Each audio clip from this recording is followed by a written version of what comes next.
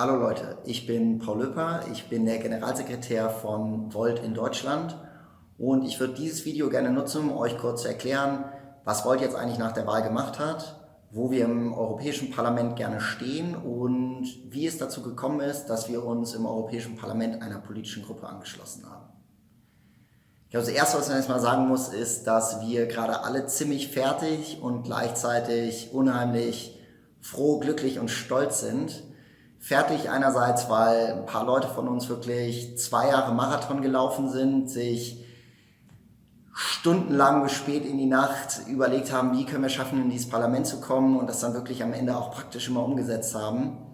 Und wir sind unglaublich froh und glücklich, weil wir einfach gesehen haben, dass es unheimlich viele Leute gibt, die politisch aktiv werden wollen, die Spaß daran haben, Politik auch neu zu lernen und die am Ende dafür gesorgt haben, dass wir ins Parlament gekommen sind. Und da sind wir natürlich nicht nur den Leuten unheimlich dankbar, die uns geholfen haben, das zu machen und all den lokalen Teams, sondern wir sind auch den Leuten, die uns in ganz Europa gewählt haben. Fast 500.000 Leute haben uns in ganz Europa gewählt.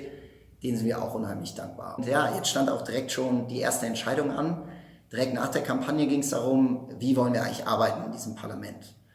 So ganz grundsätzlich, wir haben da einen Abgeordneten hingeschickt, gab es da 3 Möglichkeiten. Erstens, wir hätten gruppenlos bleiben können, das heißt als ein unabhängiger Akteur und als ein unabhängiger Mensch, der Damian hätte als unabhängiger Mensch sitzen können und so in diesem Parlament arbeiten können. Und das Zweite, was wir hätten machen können, ist, dass wir uns einer Gruppe im Europäischen Parlament anschließen. Und Gruppen im Europäischen Parlament, das ist ein bisschen vergleichbar wie Fraktionen bei uns im Bundestag. Sprich, das sind Gruppen von Menschen, die in das Parlament gewählt wurden, die sich dann eben auf bestimmte Dinge einigen. So, die Entscheidung stand für uns an und für uns war die Frage, was machen wir jetzt eigentlich? Ich glaube, ganz grundsätzlich ist da vielleicht eine Sache, die für viele euch auch erstmal interessant und vielleicht neu ist, wie funktioniert eigentlich die Arbeit in diesem Parlament? Und ganz grundsätzlich kann man sagen, dass es im Europäischen Parlament so ist, dass alles, was das Parlament irgendwie zu verteilen hat, ja, sei das Redezeit, sei das Mitspracherecht in Ausschüssen, sei das Ressourcen oder sei das auch Personal, das ist alles davon abhängig, wie groß die Gruppe ist, in der man sich dann am Ende als politische Partei befindet. Und ganz grundsätzlich kann man sagen, je größer die Gruppe, desto mehr Ressourcen bekommt man auch und je kleiner die Gruppe, desto schneller nehmen diese Ressourcen ab. Sprich, das hätte für uns bedeutet, dass wir als unabhängiger Kandidat und Damian als unabhängiger Kandidat am Ende im Parlament nicht viel mehr hätte machen können, als sich in Ausschüsse zu setzen, die am Ende für ihn übrig bleiben und ja, so ein bisschen als Außenseiter über das Parlament zu berichten. Vielleicht kennt ihr Martin Sonneborn, der hat das so ungefähr probiert. Wir sind leider nicht so lustig wie Martin Sonneborn. Deswegen haben wir uns gedacht, würde das für uns vielleicht nicht so gut funktionieren, beziehungsweise wir hätten eine ganz andere Strategie einfach in den nächsten Monaten fahren müssen, nicht so viel inhaltliche Arbeit machen und dafür eben viel mehr über Social Media und über Medien eben aufmerksam machen, was in diesem Parlament eigentlich passiert. Aber bei Volt haben wir immer gesagt, wir wollen pragmatisch sein und wir wollen wirklich aktiv werden. Wir wollen jetzt Politik schon verändern. Und wie wir Politik verändern wollen, das haben wir in unserer Amsterdam-Deklaration geschrieben, die wir mit ganz vielen Leuten auf dem ganzen Kontinent zusammen erarbeitet haben. Und uns war irgendwie wichtig, wir wollen das umsetzen. Und um das umzusetzen, gab es jetzt mehrere Möglichkeiten. Und unabhängig sein schien dafür nicht die beste Lösung zu sein. Was hätten wir außerdem noch tun können? Wir hätten uns einer Gruppe anschließen können oder wir wollten uns einer Gruppe anschließen und um das zu tun, muss man erstmal Verhandlungen führen. Und es ist natürlich so, dass wir bei Volt Europa extrem viele unterschiedliche Länder haben, die alle auch Politik ein bisschen anders verstehen, einfach weil Politik noch anders funktioniert in verschiedenen Ländern. Und was wir da gemacht haben, ist, dass wir im Endeffekt die Führungsteams aus allen Volt-Teams, die es gibt auf dem ganzen Kontinent, die haben im Endeffekt sich darauf geeinigt, mit welchen Gruppen im Parlament man eigentlich wirklich zusammenarbeiten will. Und das könnt ihr euch in etwa so vorstellen, dass diese Gruppen in etwa immer ähnlich sind wie die Parteien, die wir auch aus Deutschland kennen und dort dann eben als Gruppe mit anderen Parteien auftreten. die ähnliche Ziele verfolgen. So, und bei uns war das so, dass wir gesagt haben, wir sehen eigentlich nur zwei Gruppen, bei denen wir uns wirklich sehen, beziehungsweise bei denen es keine riesigen Vorbehalte der einzelnen Länder gab. Und das war erstens die sogenannte ALDE, das ist die Allianz der Liberalen und Demokraten für Europa. Da sitzt zum Beispiel aus Deutschland die FDP dabei oder die Freien Wähler. Und die zweite Option, die wir hatten, dass wir bei den sogenannten Grünen und der Freien Allianz mit in der Gruppe sitzen können. Dort sitzen eben viele Parteien, die grün sind, einige Piraten und regionalistische Parteien, wie zum Beispiel die Scottish National Party. So, mit denen galt es zu verhandeln. Und dabei haben wir schon relativ viel rausgefunden und gleichzeitig hatten wir natürlich Ziele. So, was waren unsere Ziele? Unsere Ziele waren es eigentlich, das, was wir in unserer Amsterdam-Deklaration geschrieben haben, am Ende auch im Parlament umzusetzen und daran mitzuarbeiten. Das ist einmal die Reform der Europäischen Union. Und dafür gibt es einen Ausschuss, der nennt sich AFCO, kann man im Internet googeln, AFCO. Und da geht es im Endeffekt um Verfassungsfragen der Europäischen Union, sprich, wie soll eigentlich die Europäische Union aussehen? Und ganz konkret zum Beispiel so eine Frage, wird es in Zukunft vielleicht möglich sein, dass jemand aus Deutschland jemanden in Italien direkt wählen kann, was jetzt gerade noch nicht möglich ist, weil diese Wahlen nur national funktionieren. Das nächste, was da besprochen wird, ist unter anderem so eine Frage wie Brexit. Ja, wie verhält sich das Europäische Parlament zum Brexit? Was ist die Meinung des Parlaments? Gleichzeitig war eine andere Sache, die dort auch besprochen wird, eben in diesem Verfassungsausschuss, die Frage danach, wie zum Beispiel Bürgerbeteiligung in der Europäischen Union aussieht. Und das ist im Wesentlichen in ganz vielen Bereichen das, was wir auch in der Amsterdam-Deklaration im Bereich EU-Reform fordern, sprich mehr Beteiligung von Bürgern, wirklich transnationale Wahlen, die überall in Europa gleich sind. Und deswegen wollten wir da ganz gerne rein. So, das Zweite, wo wir ganz gerne hin wollten, ist, dass wir gesagt haben, für Volt geht es auch viel darum, so wie werden eigentlich die Technologien der Zukunft unser Leben beeinflussen und wie funktioniert zum Beispiel mit Zukunftstechnologie im Bereich Klimawandel. Und da war es uns ganz wichtig, auch in einen Ausschuss zu kommen, der uns im Endeffekt ermöglicht, da auch mitzuarbeiten. Und das ist der sogenannte ITRE-Ausschuss. Abkürzungen in der EU sind wirklich schlimm. Und da geht es vor allem eben die Frage ist, wie sieht zum Beispiel KI-Technologie in der Zukunft in Europa aus? Wie verhält sich das Parlament dazu? Da geht es aber auch darum, wie sehen zum Beispiel die Energienetze der Zukunft aus und was sagt das Parlament dazu? Sprich, wir wollten gerne in den Verfassungsausschuss und wir wollten auch richtig gerne eben in diesen Zukunftstechnologieausschuss. Und der dritte Ausschuss, in dem wir gerne wollten, ist der sogenannte Liebe-Ausschuss. Da geht es nicht per se um Liebe, schreibt man nur L-I-B-E, sondern da geht es vor allem um bürgerschaftliche Rechte und um innere Angelegenheiten, wie zum Beispiel Grenzkontrollen. Und eine Sache, die uns extrem wichtig ist, dass wir uns in Zukunft hin zu einem europäischen Migrationssystem entwickeln und uns in diese Richtung als alle europäischen Staaten eben bewegen, um dafür zu sorgen, dass Migration und Asyl in Europa gemeinsam gehandhabt wird und wir Regeln haben, die sowohl für Menschen funktionieren, die hierher kommen wollen, als auch für die Menschen, die hier leben und für die Länder, in die sie kommen. Und das Wichtigste ist uns, dass das europaweit geregelt wird. Und das wird eben unter anderem in diesem Ausschuss bearbeitet. Sprich, die drei Ausschüsse, um es ganz, ganz kurz zu machen, sind im Wesentlichen einmal der für die Entwicklung der EU, wie soll sie aussehen, wie kann man wählen, AFCO. Dann das zweite, wie sehen Zukunftstechnologien in der EU aus, das ist der ITRE-Ausschuss.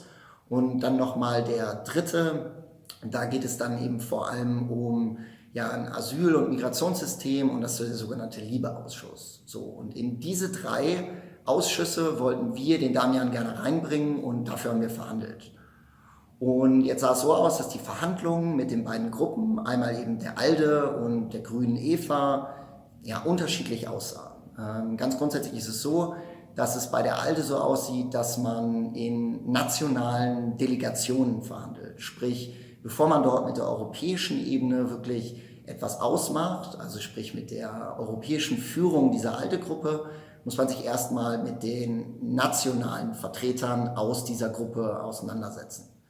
So, in Europa sitzen da zum Beispiel En Marche, die Bewegung von Macron sitzt da mit drin, Ciudadanos aus Spanien Und in Deutschland sind das eben die Freien Wähler und die FDP. Und dementsprechend mussten wir hier mit denen verhandeln und die haben uns dann gesagt, ja, vielleicht könnt ihr hier bestimmte Dinge erreichen. Ihr könnt in den Ausschuss für Verfassungsfragen, wie entwickelt sich die EU, da denke ich mal, können wir uns reinbringen. Gleichzeitig ist das mit ITRE, Zukunftstechnologie, das ist nicht so sicher, da können wir eigentlich euch keine richtigen Garantien geben. Und beim LIBE-Ausschuss muss man mal gucken, wir könnten euch vielleicht noch einen Sitz in dem Ausschuss für Beschäftigung in der Europäischen Union anbieten.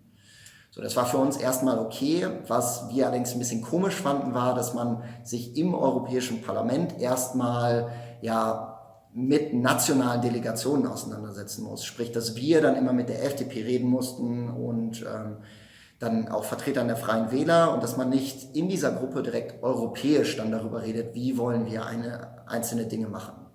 Das war im Endeffekt ALDE. Und genauso haben wir natürlich dann Verhandlungen eben mit der Gruppe der Grünen und der Freien Allianz geführt. Und dort wurden die Verhandlungen grundsätzlich schon mal anders geführt. Und zwar so, dass sie direkt auf europäischer Ebene geführt werden. Also quasi mit den europäischen Führungsteam dieser Gruppe, der Grünen und der EVA. Und dass die sich im Endeffekt angeschaut haben, ja, was wollt ihr eigentlich, was wollen andere bei uns in der Gruppe und wie können wir das zusammenbringen. Und dort war es so, dass wir in den Verhandlungen das Angebot bekommen haben, zu sagen, ja, ihr könnt in diesen Ausschuss eben zu Fragen der Zukunft der Europäischen Union, der Entwicklung des Systems, also diesem AFCO-Ausschuss. Und gleichzeitig haben wir das Gefühl, dass wir euch bei dem ITRE-Ausschuss für Zukunftstechnologie eben auch mit reinbringen können. Und dann das dritte, zu dem LIBE-Ausschuss, haben sie gesagt, na, ist nicht ganz sicher, aber lasst uns das mal weiter dann fortführen, wenn wir die Verhandlungen abgeschlossen haben. Sprich, haben wir im Resultat eigentlich bei ALDE im Endeffekt eine Versicherung bekommen und 2 Sachen, bei denen gesagt wurde, na, das funktioniert eher nicht. Und dann bei den Grünen im Endeffekt dann die Möglichkeit zu sagen, ja, ihr könnt auf jeden Fall in den ersten Wunsch, den ihr habt, der zweite ist wahrscheinlich auch machbar und beim dritten müssen wir einfach nochmal gucken, wie sich das entwickelt. Und das war im Endeffekt das Angebot und da haben wir natürlich erstmal dann gesagt, ja, okay, das ist spannend, dass wir hier schon mal ein sichereres Angebot bekommen und gleichzeitig diese europäische Zusammenarbeit, die war uns auch einfach sehr wichtig als europaweite Partei am Ende ja auch. Und zusätzlich gab es noch so ein paar andere Faktoren, die so ein bisschen dann auch mit reingezählt haben.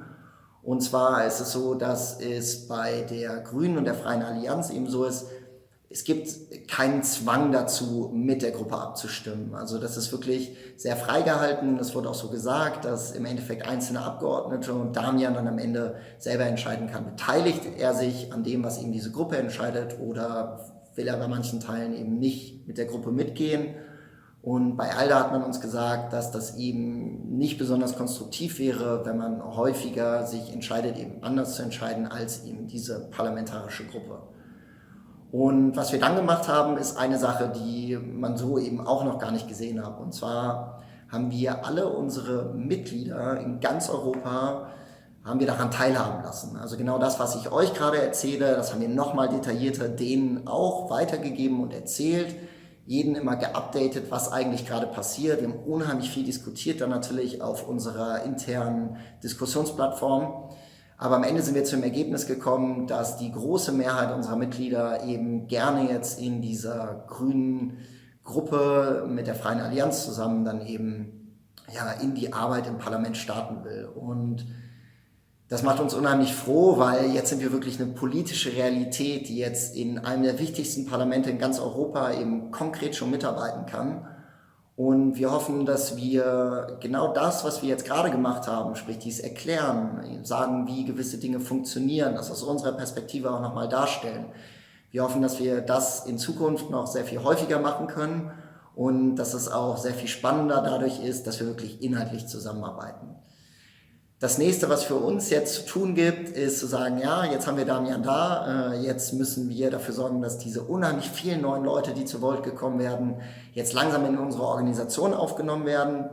Ihr könnt euch das so vorstellen, wie als wären in eurer Schulklasse in eurem Studienseminar oder an eurem Arbeitsplatz auf einmal 3-mal so viele Leute wie vorher und die sind alle neu.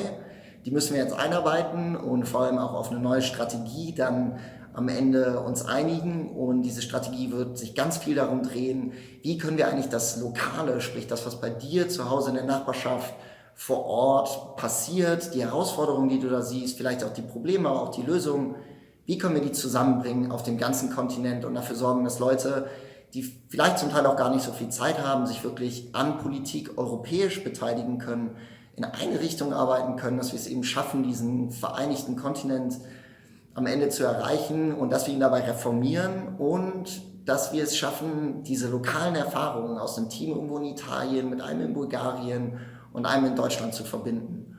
Und wie diese Arbeit wirklich aussehen wird, dass, ja, wenn wir in den nächsten Jahren hoffentlich viel mit euch teilen können und wir hoffen, dass möglichst viele uns dabei begleiten und wir sind unheimlich gespannt und unheimlich aufgeregt. Vielen, vielen Dank, dass ihr jetzt dabei wart und bis zum nächsten Mal. Mich gibt es demnächst wieder im Podcast zu hören, den wir auch haben. Jetzt bist du dran.